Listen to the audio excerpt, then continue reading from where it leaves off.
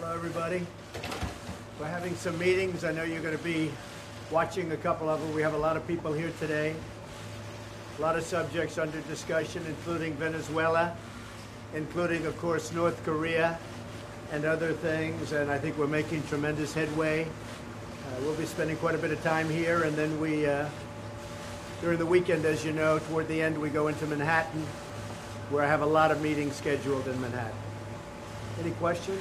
Mr. President, the North Koreans said yesterday that your statement on Tuesday was nonsense. That's the word that they used. Do you have any response to that? Well, I don't think they mean that, and I think it's the first time they've heard it like they heard it.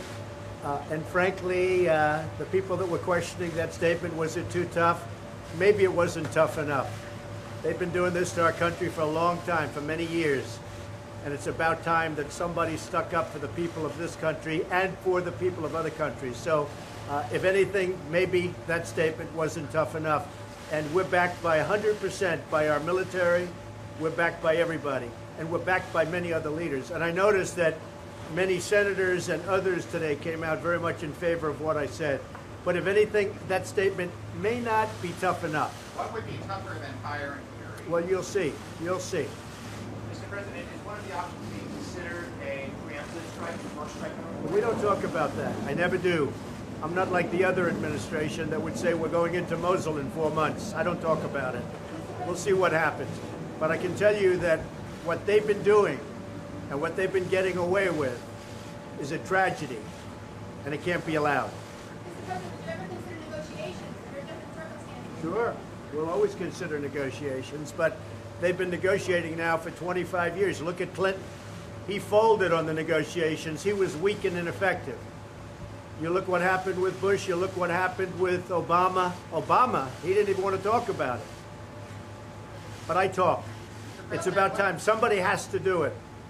Somebody has to do it. You talked about your relationship with Senator McConnell. I just want him to get repeal and replace done. I've been hearing repeal and replace now for 7 years, but I've only been doing this for 2 years, and I've really only been doing this for 6 months, but I've been running.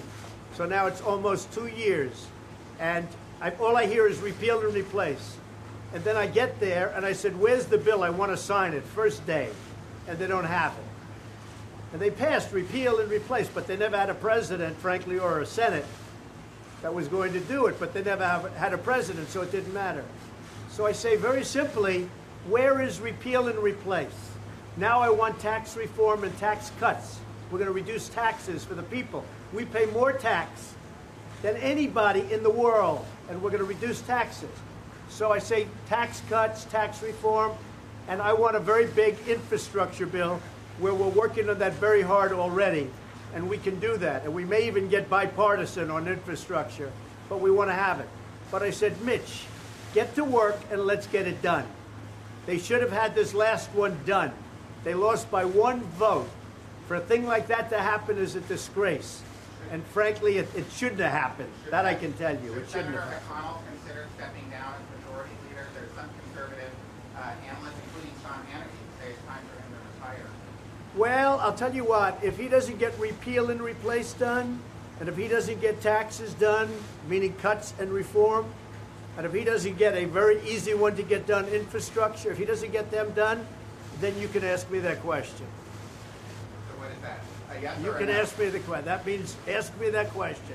Mr. Let's hope he President, gets the it. opioid crisis is an emergency, and if so, why haven't you declared it? The opioid crisis is an emergency, and I'm saying officially right now it is an emergency. It's a national emergency. We're going to spend a lot of time, a lot of effort, and a lot of money on the opioid crisis. But you need emergency powers to address it. We're going to draw it up, and we're going to make it a national emergency. It is a serious problem, the likes of which we have never had. You know, when I was growing up, they had the LSD, and they had certain generations of drugs. There's never been anything like what's happened to this country over the last 4 or 5 years. And I have to say this, in all fairness, this is a worldwide problem, not just a United States problem. This is happening worldwide. But this is a national emergency, and we are drawing documents now to so attest. Mr. President, there's some mixed messages coming out of your administration on North Korea. Secretary Tillerson seemed to advocate for diplomacy. Secretary Mattis seemed to advocate for more... There are no mixed messages. There are no mixed messages. I heard I mean, to be honest, General Mattis may have taken it a step beyond what I said. There are no mixed messages, and Rex was just, stating the view. Look, here's the view. I said it yesterday. I don't have to say it again. And I'll tell you this, it may be tougher than I said it, not less. It may very well be tougher than I said it. Okay? How about one more? Can you offer any assurance to the American people who are understandably anxious about the situation with North Korea?